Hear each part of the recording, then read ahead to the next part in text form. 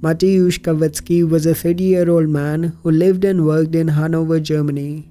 He was born and raised in a small village called Chatków in southeastern Poland. He had moved to Germany for work and had been employed as a construction worker for about 5 years. He lived with his father, who also worked in Hanover. His other family members lived in Chatków, Poland. Mateusz was in a long-distance relationship with his fiancée, who lived in a village called Lipia Góra in northwestern Poland. At the time, his fiancée was pregnant and was about to give birth. As her due date was closing in, Mateusz decided to visit her and his family in Poland. He was very happy and excited about the birth of his daughter.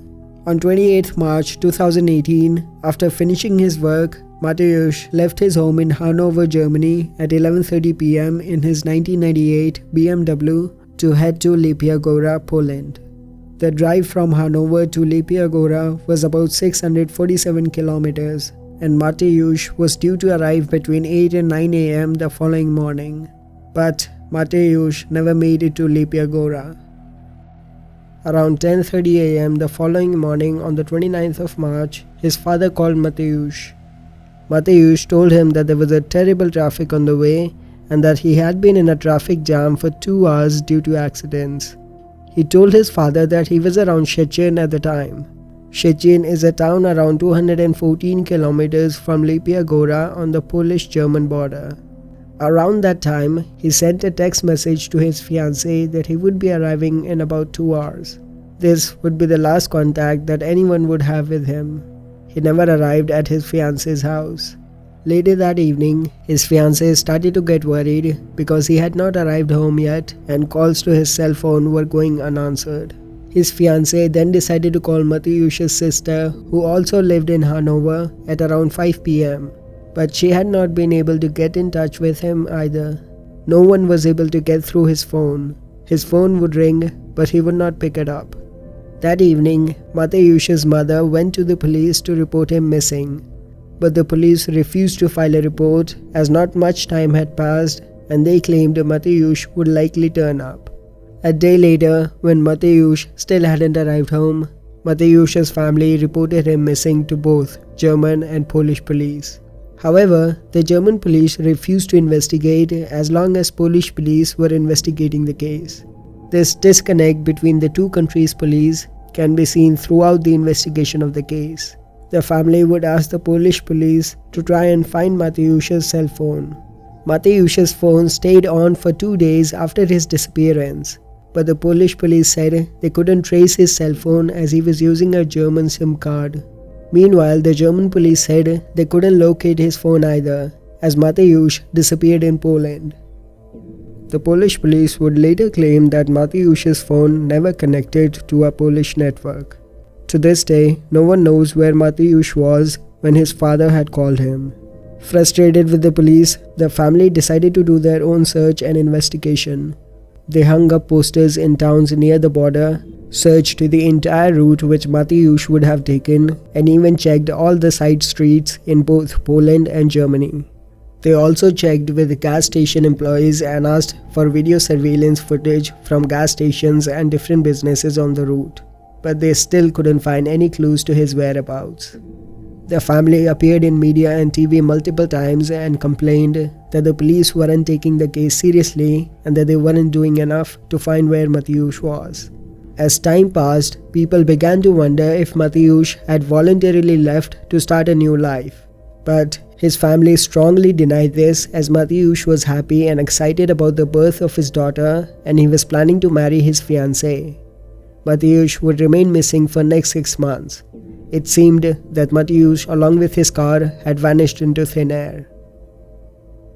On September 12, 2018, a neighbor came to Mateusz's mother, who lived in Chatków in southeastern Poland, to tell her that their barn was smelling really bad for a while now and that the neighbors were starting to complain. The neighbors first thought it was probably a dead animal, but after searching around the barn, they couldn't find it. The neighbor would eventually ask Mateusz's mother if he could check below the roof of the barn. Half of the barn had been walled off, creating a room and an attic on top of that room. Mateusz's mother agreed and the neighbor climbed up and found a pile of clothes. Upon further inspection, he realized it was actually a dead human body. The body had a severed head and a torso. There were also 2 separate nooses hanging from the roof and a backpack on the floor. The body had been in an advanced state of decomposition and it was hard to identify it, but the belongings found in the barn belonged to Mateusz. The body was finally identified as Mateusz Kawecki. The odd thing about the case was that Mateusz was heading to his fiance's house in northwestern Poland in March, and not to his family's house in southeastern Poland. The distance between the 2 houses is 635 kilometers. So how did Mateusz's body ended up in his family's barn? The police would determine the cause of his death as suicide and handed all his belongings to his family. Inside Mateusz's backpack, the family found a cigarette butt, an orange juice box, and a Polish water bottle. His family claimed that Mateusz hated orange juice and would never have bought it. All of the items had been released by the police to the family without any proper analysis. Additionally, his car has never been found. Despite his wallet being in the backpack, his car registration and car keys were missing. His phone would be found among his belongings, and when the family checked his recent calls, they noticed that Mateusz had made one more call to his uncle on March 30th, a day after he reportedly went missing. It is believed that call made to his uncle was an accidental dial, as the call only lasted for less than a second and didn't get through to his uncle's phone. 4 days after his body was found, Mateusz's family found his shoe in the barn with his severed foot still inside. This highlights the carelessness of the police, something that can be witnessed throughout the case. The police did not do a good job in collecting the evidence. Moreover, why wasn't the severed foot ever brought up in the autopsy? Also, when Mateusz's body was found, several of his teeth were knocked out and stuck on his clothes with what appeared to be blood.